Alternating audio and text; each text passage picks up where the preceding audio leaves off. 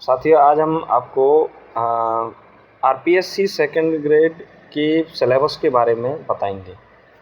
साथ ही साथ मैं ये कहना चाहूँगा कि आरपीएससी सेकंड ग्रेड के जितने भी अभ्यर्थी तैयारी कर रहे हैं, वे सभी अभ्यर्थी हमारे चैनल को सब्सक्राइब करें। आपको आरपीएससी सेकंड ग्रेड के फर्स्ट पेपर की जो अध्ययन सामग्री है वो निःशुल्क आपको उपलब्ध कराई जाएगी। बहुत सारे बच्चे ऐसे होते हैं जो कोचिंग की फ़ीस नहीं दे पाते, तो उनके लिए आपको सेकंड ग्रेड की निःशुल्क जो सामग्री है वो फर्स्ट पेपर के लिए आपको उपलब्ध कराई जाएगी और निश्चित रूप से ही आपके लिए बहुत यूज़फुल रहेगी।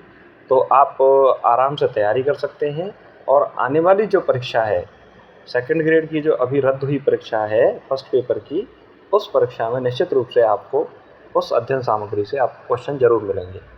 चलिए अब हम सिलेबस की बात करते हैं।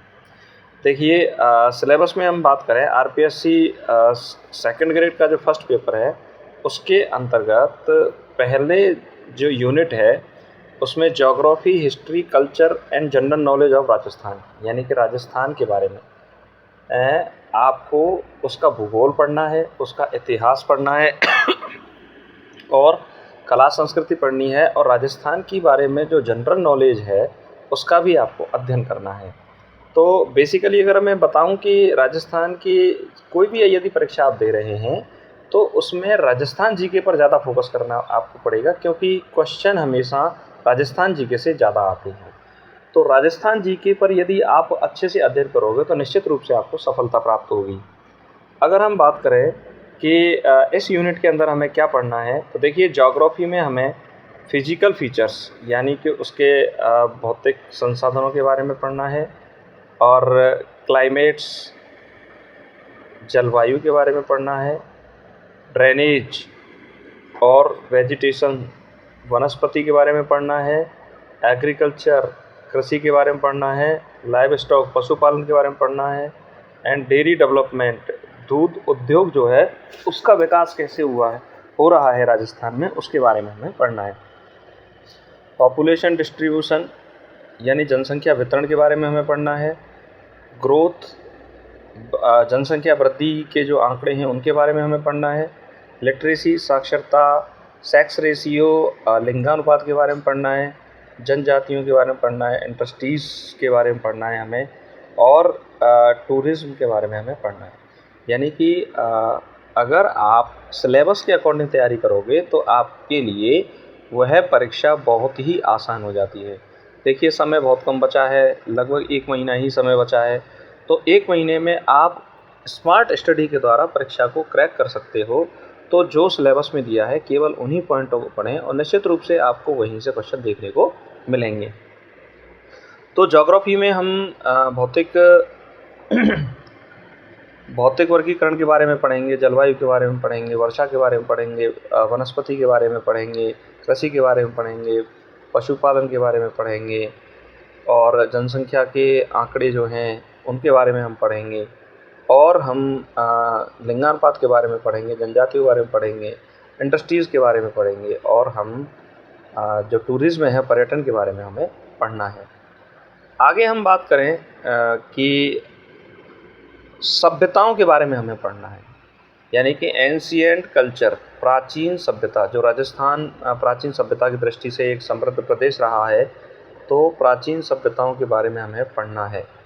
और वो प्राचीन जो सभ्यताएं हैं वो कौन कौन सी हैं? हमें कालीबंगा सभ्यता के बारे में पढ़ना है, आहड़ के बारे में पढ़ना है, गणेश्वर सभ्यता के बारे में पढ़ना है, और बैराट सभ्यता के बारे में पढ़ना है। तो निश्चित रूप से आप यदि इन सभ्यताओं के बारे में पढ़ेंगे तो आप ये जान पाएंगे कि हमारा जो राजस्थान है वो लंबे समय से एक ऐतिहासिक दृष्टि से भी बहुत महत्वपूर्ण रहा है। यहाँ पर सिंधु घाटी सभ्यता की जो नगर जो व्यवस्था थी वह भी हमारे राजस्थान में क्या हुआ था, विकसित हुआ था। हिस्ट्री के बारे में पढ़ें। 8वीं से 18वीं शताब्दी की जो हिस्ट्री है उसके अंतर्गत हमें क्या पढ़ना है? गुर्जर प्रतिहार पढ़ने हैं, अजमेर के चौहान पढ़ने हैं, और दिल्ली सल्तनत के साथ हमारे राजस्थान के क्या संबंध रहे हैं। विशेषकर अगर हम बात करें मेवाड़ राज्य के क्या संबंध रहे हैं, रणथंभौर के क्या संबंध रहे हैं, और जालौर के दिल्ली सल्तनत के साथ क्या संबंध रहे हैं। राजस्थान और मुग़ल का क्या संबंध रहा है, जिसमें हम विशेष रूप से सांगा, महाराणा प्रताप, मान सिंह, आमेर के मान सिंह, राव चंद्रसेन और बीकानेर के राय सिंह के बारे में हमें पढ़ना है और मेवाड़ के राज सिंह के बारे में हमें पढ़ना है। तो हिस्ट्री में हमें कुछ एक ज़्यादा बड़ा भाग नहीं पढ़ना है, केवल वही भाग पढ़ना है जो इस सिलेबस के अंतर्गत दिया हुआ है। इसमें दिया हुआ है गुर्जर प्रतिहार, अजमेर के चौहान और मेवाड़, रणथंभौर और जालौर के दिल्ली सल्तनत के साथ क्या संबंध रहे हैं उसके बारे में पढ़ना है। राजस्थान और मुग़ल काल के बारे में पढ़ना है, जिसमें सांगा, महाराणा प्रताप, मानसिंह, आमेर के मानसिंह, चंद्रसेन और बीकानेर के राय सिंह और मेवाड़ के राज सिंह के बारे में हमें पढ़ना है। आइए हम एक महत्वपूर्ण टॉपिक के बारे में और बात करते हैं। राजस्थान की 1857 की क्रांति में क्या योगदान रहा है। तो निश्चित रूप से यहाँ से प्रश्न पूछे जाएंगे आपसे, तो इस वाले टॉपिक को बड़े ही ध्यान से और अच्छे से समझते हुए पढ़ना है, जिसमें हम पढ़ेंगे रेवोल्यूशन ऑफ 1857। उसके अंतर्गत उस समय हमारे राजस्थान में 1857 की क्रांति के दौरान क्या राजनीतिक चेतनाएं उत्पन्न हुई, उसके बाद क्या राजनीतिक चेतनाएं उत्पन्न हुई, राष्ट्रीय आंदोलन में हमारे राजस्थान ने कैसे भाग लिया, इन सभी के बारे में हमें पढ़ना है। फिर हमें प्रजामंडल आंदोलनों के बारे में पढ़ना है। देखिए, जिस तरह से भारतीय राष्ट्रीय कांग्रेस का देश के आज़ादी आंदोलन में बहुत महत्वपूर्ण योगदान है, वैसे ही राजस्थान के प्रजामंडलों का राजस्थान की आज़ादी में भी बहुत महत्वपूर्ण योगदान है। तो यहाँ से भी प्रश्न पूछे जा सकते हैं, ठीक। और आपके आदिवासी जो आंदोलन हैं, जनजातीय आंदोलन हैं, उनके बारे में भी हमें पढ़ना है। अगले अगर हम टॉपिक की बात करें, इंटीग्रेशन ऑफ राजस्थान, यानी कि राजस्थान के बारे में, राजस्थान का जो एकीकरण है, राजस्थान का एकीकरण है, उसके बारे में हमें पढ़ना है। मोस्ट इम्पॉर्टेंट है। देखिए, पूरा हाईलाइट करके ये टॉपिक दे रखा है, तो आपको अच्छे से पढ़ना है कि राजस्थान का एकीकरण कैसे हुआ और राजस्थान के एकीकरण में किन किन लोगों की भूमिकाएं थी। तो इन सभी के बारे में आपको अच्छे से पढ़ना है। फिर आगे हम बात करें कला संस्कृति के बारे में, यदि हम बात करें तो लोक देवता और देवियों के बारे में पढ़ना है, राजस्थान के संतों के बारे में पढ़ना है और आर्किटेक्चर, स्थापत्य के बारे में पढ़ना है, मंदिरों के बारे में और किलों के बारे में और महलों के बारे में हमें पढ़ना है। पेंटिंग्स के बारे में हमें पढ़ना है, जो चित्रकला शैली है, मेवाड़ शैली है और आपकी मारवाड़ शैली है, इन सभी शैलियों के बारे में हमें पढ़ना है। यहाँ से भी प्रश्न आने की पूरी संभावना है। देखिए, लोक देवताओं से क्वेश्चन आता है, राजस्थान के संतों से क्वेश्चन आता है, पेंटिंग से क्वेश्चन आएगा, मेले एवं त्यौहार से भी क्वेश्चन आएगा, एंड वेशभूषा और आभूषणों से क्वेश्चन भी आता है। देखिए, आभूषणों से क्वेश्चन तो नॉर्मली राजस्थान की सभी परीक्षाओं में पूछा ही जाता है, तो आभूषणों का भी हमें बहुत अच्छे से डिटेल में क्या करना है, इसका अध्ययन करना है। और हमें लोकगीत और लोक नृत्य के बारे में भी पढ़ना है और भाषा एवं साहित्य के बारे में भी हमें पढ़ना है कि राजस्थान में भाषा का विकास कैसे हुआ, राजस्थान में साहित्य का विकास कैसे हुआ, तो इन सभी के बारे में हमें पढ़ना है। अगर हम बात करें राजनीति विज्ञान के अंतर्गत, यानी पॉलिटी का जो सिलेबस है उसके अंतर्गत हमें क्या पढ़ना है, तो इसमें देखिए साफ लिख रखा है polity and administrative system of Rajasthan, यानी कि हमें राजस्थान की राज व्यवस्था के बारे में पढ़ना है। हमें भारतीय राज व्यवस्था के बारे में नहीं पढ़ना, हमें राजस्थान की राज व्यवस्था के बारे में पढ़ना है, जिसमें हमें मूल रूप से गवर्नर के बारे में पढ़ना है कि गवर्नर का रोल क्या है और उसके कार्य क्या है, मुख्यमंत्री और कैबिनेट मंत्रिमंडल जो होता है उसके बारे में पढ़ना है, उनके कार्यों के बारे में पढ़ना है, स्टेट सेक्रेटरीट मतलब जो राज्य सचिवालय है और चीफ सेक्रेटरी, मुख्य सचिव के बारे में हमें पढ़ना है, ऑर्गेनाइजेशन, विभिन्न संगठनों के बारे में पढ़ना है, and role of Rajasthan public service commission, यानी कि आरपीएससी के बारे में भी हमें पढ़ना है कि आरपीएससी का संगठन कैसा है, कितने सदस्य होते हैं, कि क्या अध्यक्ष होते हैं, अध्यक्ष का कार्यकाल क्या होता है, अध्यक्ष का कार्य क्या होते हैं, इन सभी के बारे में हमें पढ़ना है। चलिए आगे हम अगले सिलेबस के बारे में यदि हम बात करें तो हमें पॉलिटी के अंतर्गत ह्यूमन राइट्स, मानव अधिकार आयोग के बारे में भी ये पढ़ना है। निश्चित रूप से आपसे यहाँ से क्वेश्चन पूछा जाएगा। ह्यूमन राइट्स वाला जो टॉपिक है, आरपीएससी और ह्यूमन राइट्स, या तो आरपीएससी से क्वेश्चन आएगा या ह्यूमन राइट्स से आपसे क्वेश्चन आएगा। और पंचायती राज व्यवस्था से भी क्वेश्चन पूछा जाता है। निश्चित रूप से यहाँ से भी आपसे क्वेश्चन पूछा जाएगा।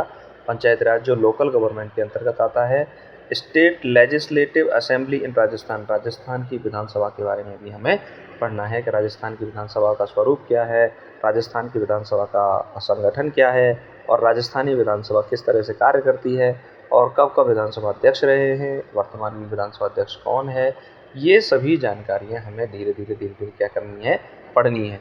तो हम यदि सिलेबस के अनुसार अगर उस परीक्षा की तैयारी करेंगे तो निश्चित रूप से हम उस परीक्षा को अच्छी तरह से दे पाएंगे और अच्छे अंक भी प्राप्त कर पाएंगे। तो मेरा सभी छात्रों से, जितने भी प्रतियोगी परीक्षा देने वाले विद्यार्थी हैं, उन सभी से ये कहना है कि आप जब भी तैयारी करेंगे, सेकंड ग्रेड फर्स्ट पेपर के पहले सिलेबस का आकलन कीजिए और उसके बाद अपनी तैयारी को आगे बढ़ाइए, तो निश्चित रूप से आप अपनी तैयारी में सफल हो जाएंगे। हम बात करें करंट अफेयर्स ऑफ राजस्थान। देखिए यहाँ पर आपको पहले से ही दे दिया है कि आपको कौन सी करंट अफेयर्स पढ़नी है, राजस्थान की करंट अफेयर्स पढ़नी है, जिसमें major current issue and happening at state level related to socio economic and political games and sports aspect. देखिए खेलों के बारे में हमें पढ़ना है, हमें राजनीतिक व्यवस्था के बारे में हमें पढ़ना है, बजट के बारे में हमें पढ़ना है, आर्थिक समीक्षा के बारे में हमें पढ़ना है, नई नियुक्ति क्या हुई है इनके बारे में पढ़ना है, और राजस्थान के कौन कौन से ज़िले में नए मुख्यालय खोले गए हैं, कौन कौन सी व्यवस्थाएं बनाई गई हैं, इन सभी के बारे में हमें बहुत अच्छे से अध्ययन करना है। तो ये तो था राजस्थान के बारे में अध्ययन और करंट अफेयर्स का पार्ट। अगर हम बात करें जनरल नॉलेज में, अगर इंडिया वर्ल्ड का कौन सा पार्ट महत्वपूर्ण है, तो देखिए हमें महाद्वीप के बारे में पढ़ना है, महासागरों के बारे में पढ़ना है और उनके गुणों के बारे में पढ़ना है, और हमें ग्लोबल विंड सिस्टम जो महासागरीय धाराएं हैं और जो मुख्य रूप से महाद्वीपों में बहने वाली जो धाराएं हैं उनके बारे में भी हमें पढ़ना है। एनवायरमेंटल इशू, हमें पर्यावरण अध्ययन के बारे में भी हमें पढ़ना है कि वर्तमान में क्या क्या एनवायरमेंटल इश्यूज चल रहे हैं, उन सभी के बारे में भी हमें धीरे धीरे पढ़ना है। और ग्लोबलाइजेशन और पॉपुलेशन डिस्ट्रीब्यूशन, इमाइग्रेशन, इनके बारे में पढ़ना है। जनसंख्या वितरण क्या है और जनसंख्या का माइग्रेशन कहाँ से कहाँ हो रहा है, कहाँ पर जनसंख्या बढ़ रही है, कहाँ पर जनसंख्या कम हो रही है, बढ़ने के क्या कारण हैं विश्व में जनसंख्या जहाँ पर कम हो रही है उसके क्या कारण हैं, वन संसाधन कैसे कम हो रहे हैं, इसका ग्लोबल वार्मिंग इफ़ेक्ट क्या पड़ रहा है, और ग्रीन हाउस इफेक्ट का क्या प्रभाव पड़ता है, और ओजोन डिप्लीशन क्या है, इन सभी के बारे में हमें पढ़ना है। और अलग अलग दिवस कौन से मनाए जाते हैं इनके बारे में भी हमें पढ़ना है। चलिए आगे हम बात करें भारत के बारे में, तो भारत के भौतिक प्रदेशों के बारे में हमें पढ़ना है, मानसून सिस्टम के बारे में हमें पढ़ना है, ड्रेनेज सिस्टम के बारे में हमें पढ़ना है, वेजिटेशंस मतलब वर्षा के बारे में पढ़ना है, और वनस्पति के बारे में पढ़ना है, और ऊर्जा संसाधनों के बारे में हमें पढ़ना है। तो इंडियन ज्योग्राफी के कुछ गिने चुने टॉपिक हैं, जैसे भौतिक प्रदेश है, और मानसून सिस्टम है, वर्षा है, वनस्पति है, और एनर्जी मतलब भौतिक ऊर्जा संसाधनों के बारे में हमें पढ़ना है। चलिए हम इंडियन इकोनॉमी के बारे में बात करें, तो इंडियन इकोनॉमी में हमें growth and development in agriculture के बारे में हमें पढ़ना है, industries service sector in India, यानी कि आप कह सकते हो आर्थिक समीक्षा पढ़नी है, foreign trade in of India, trends, composition and direction, ये सब इकोनॉमिक सर्वे में आएगा। तो आपको इकोनॉमिक सर्वे अच्छे से पढ़ना है, वहीं से आपको पता चलेगा कि एग्रीकल्चर जो हमारा कृषि है वो कैसे बढ़ रही है, इंडस्ट्री कैसे बढ़ रही है, सर्विस सेक्टर कैसे बढ़ रहा है, और फॉरेन ट्रेड कैसे बढ़ रहा है, और क्या क्या ट्रेंड्स चल रहे हैं, इन सभी के बारे में हमें जानकारी मिलेगी। फिर अगर हम बात करें तो भारतीय संविधान के बारे में हमें पढ़ना है, और भारत में जो राजनीतिक व्यवस्था है उसके बारे में हमें पढ़ना है, और विदेशी फॉरेन पॉलिसी के बारे में भी हमें पढ़ना है। Constitutional history of India with special reference to government of India act 1990 and 1935, 1919 का अधिनियम और 1935 का अधिनियम मुख्य रूप से पढ़ना है। यहाँ से आपसे 100% क्वेश्चन पूछा जाएगा परीक्षा में, कोई नहीं रोक सकता, प्रश्न आना ही है, तो इन टॉपिक्स को आप ज़रूर याद रखें।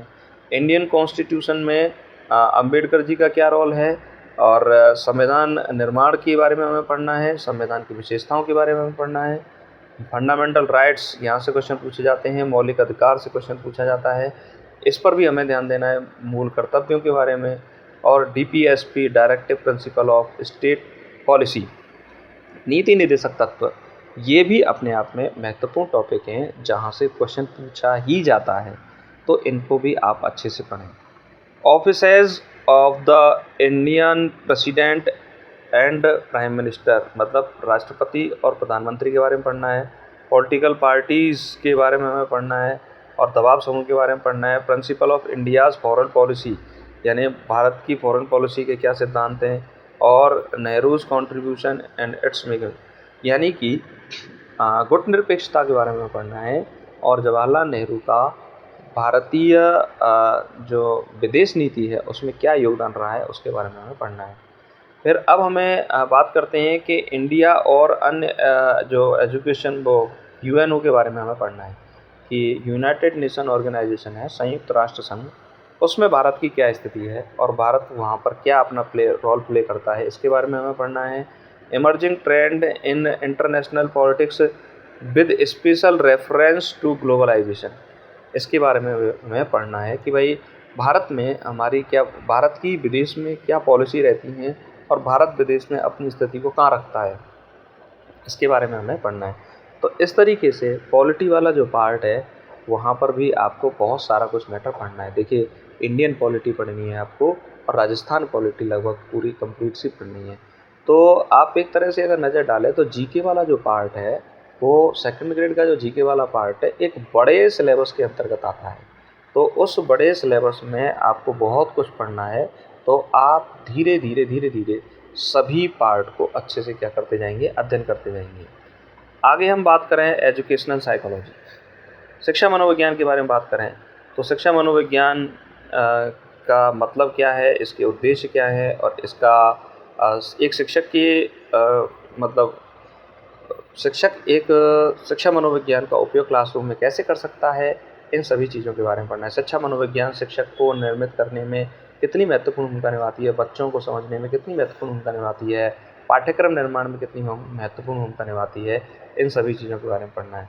डेवलपमेंट ऑफ लर्नर, अधिगम के बारे में पढ़ना है हमें, अधिगम का कॉन्सेप्ट, वृद्धि एवं विकास के बारे में पढ़ना है, फिजिकल, इमोशनल एंड संज्ञानात्मक विकास के बारे में पढ़ना है, नैतिक विकास के बारे में पढ़ना है, और सामाजिक विकास के बारे में हमें पढ़ना है। यानी कि शिक्षार्थी का जो डेवलपमेंट है उसमें वृद्धि एवं विकास वाला जो टॉपिक है उसमें सामाजिक विकास है, इमोशनल जो संवेगात्मक विकास है, और संज्ञानात्मक विकास है, नैतिक विकास है, और सामाजिक विकास, इन सभी के बारे में पढ़ना है। अधिगम वाला चैप्टर हमें पूरा पढ़ना है, इसका मतलब क्या है, अधिगम के कितने प्रकार हैं, और अधिगम की अलग अलग थ्योरीज़ क्या हैं, और अधिगम के कार्य क्या हैं, और अधिगम मतलब का स्थानांतरण क्या है, और अधिगम को प्रभावित करने वाले कारक क्या हैं, और जो अधिगम के अलग अलग नियम हैं उन सभी के बारे में हमें पढ़ना है। हमें सेकंड ग्रेड की एजुकेशनल साइकोलॉजी में हमें व्यक्तित्व के बारे में भी पढ़ना है। व्यक्तित्व का मतलब क्या है, व्यक्तित्व के बारे में क्या क्या परिभाषाएं हैं, व्यक्तित्व के क्या मापन है, मापन की क्या विधियां हैं, समायोजन के बारे में पढ़ना है, समायोजन की प्रक्रियाओं के बारे में पढ़ना है, और कुसमायोजन के बारे में पढ़ना है, मल एडजस्टमेंट के बारे में भी हमें पढ़ना है। इंटेलिजेंस एंड क्रिएटिविटी, बुद्धि एवं सृजनात्मकता के बारे में भी हमें पढ़ना है। इनका मतलब क्या होता है, कौन कौन से सिद्धांत हैं, इनका बुद्धि का मापन कैसे करते हैं, सृजनात्मकता का मापन कैसे करते हैं, ये मापन की जो विधियां हैं ये परीक्षा में पूछी जाती हैं, तो इन पर भी हमें फोकस करना है। और बुद्धि और सृजनात्मकता का अधिगम में क्या रोल है, और संवेगात्मक बुद्धि क्या होती है, निश्चित रूप से क्वेश्चन आता है संवेगात्मक बुद्धि का, इसका कंसेप्ट क्या है, और आप संवेगात्मक बुद्धि का कैसे विकास कर सकते हैं। तो एक तरह से हम समझना चाहें कि एक लंबा सिलेबस होता है सेकंड ग्रेड का, तो वे सभी छात्र जो सेकंड ग्रेड की तैयारी कर रहे हैं और अपने सिलेबस को एक फास्टली कवर्ड करना चाहते हैं, तो हम आपको एक एक मैराथन क्लास में मतलब सभी टॉपिक्स को, जैसे एक बार इंडियन पॉलिटी पढ़ा दी, एक बार राजस्थान पॉलिटी, फिर इंडियन ज्योग्राफी, फिर वर्ल्ड ज्योग्राफी, फिर आपको राजस्थान ज्योग्राफी, यानी एक एक मैराथन क्लास में आपको लगभग सारे टॉपिक्स को कवर कराते जाएंगे और निश्चित रूप से वो मैराथन क्लास आपकी परीक्षा के लिए लाभदायक रहेंगी। तो इसीलिए इस चैनल को आप सब्सक्राइब कीजिए, जिससे कि आपके पास वे नोटिफिकेशन प्राप्त हो सकें जो जिससे हम आपको तैयारी कराना चाहते हैं। तो और अगर हम बात करें कि इसमें और हमें एजुकेशन साइकोलॉजी में क्या पढ़ना है, हमें मोटिवेशन पढ़ना है। मोटिवेशन का मतलब क्या है और मोटिवेशन जो अध्ययन में किस तरह से रोल प्ले करता है और लर्निंग में क्या मतलब उसका क्या उपयोग है और जो मोटिवेशन है उसका हमें क्या उपलब्धि प्राप्त होती हैं और इंडिविजुअल डिफरेंस, व्यक्तिगत जो अंतर है उनके बारे में पढ़ना है, इनका मतलब क्या होता है और जो स्लो लर्निंग क्या है और मतलब अलग अलग तरह के बालक होते हैं, जैसे पिछड़े हुए बालक हैं, तीव्र बुद्धि वाले बालक हैं, तेज़ बालक हैं, मंद बुद्धि वाले बालक हैं, इन सभी डिफरेंट बालकों के बारे में हमें पढ़ना है। Concept of implication in education of Rajasthan, यानी राजस्थान की एजुकेशन में क्या क्या सुधार किए जा सकते हैं, इनके बारे में हमें पढ़ना है और किस तरीके से शिक्षा मनोविज्ञान राजस्थान की एजुकेशन में सुधार लेकर आ रही है और शिक्षा मनोविज्ञान का कैसे ज़्यादा उपयोग किया जा रहा है क्लासरूम में, इन सभी के बारे में हमें पढ़ना है। आगे हम बात करें तो पेपर का जो पैटर्न है वह 200 नंबर का पेपर आएगा, 2 घंटे में होगा और 100 क्वेश्चन होंगे, यानी एक क्वेश्चन 2 अंक का होगा। जिसमें अगर हम बात करें तो पेपर पैटर्न में जो कौन कौन से भाग आएंगे, geography, history, culture and general knowledge of Rajasthan आएगा और current affair of Rajasthan, Rajasthan की करंट अफेयर आएगी, general knowledge of world and India के बारे में पूछा जाएगा एंड एजुकेशनल साइकोलॉजी के बारे में पूछा जाएगा और यहाँ पर 1/3 की नेगेटिव मार्किंग भी मेंशन्ड है। तो इस बात का ज़रूर ध्यान रखें, जितने प्रश्न आते हैं उतने ही करें, अच्छे से तैयारी करके जाएं, निश्चित रूप से आपका पेपर अच्छा जाएगा। राजस्थान की परिस्थितियों के कारण ये पेपर जो है वो रिजेक्ट होकर दोबारा ऑर्गेनाइज हो रहा है, तो ईश्वर ने आपको दोबारा आगे बढ़ने का चांस दिया है, तो अच्छे से मेहनत करके आप उस परीक्षा को पास कीजिए और इस चैनल को सब्सक्राइब कीजिए, जिससे कि आपको जितने भी नए वीडियोस हैं उनका आपको जो कंटेंट है वो समय पर मिलता रहेगा। और बताइए आपको ये वीडियो कैसा लगा और कमेंट करके ज़रूर बताइए, जैसा भी आपका सुझाव होगा हम आपके सुझाव को ज़रूर ग्रहण करेंगे और आपकी जो समस्या है उसको दूर करने का प्रयास करेंगे। धन्यवाद, नमस्कार।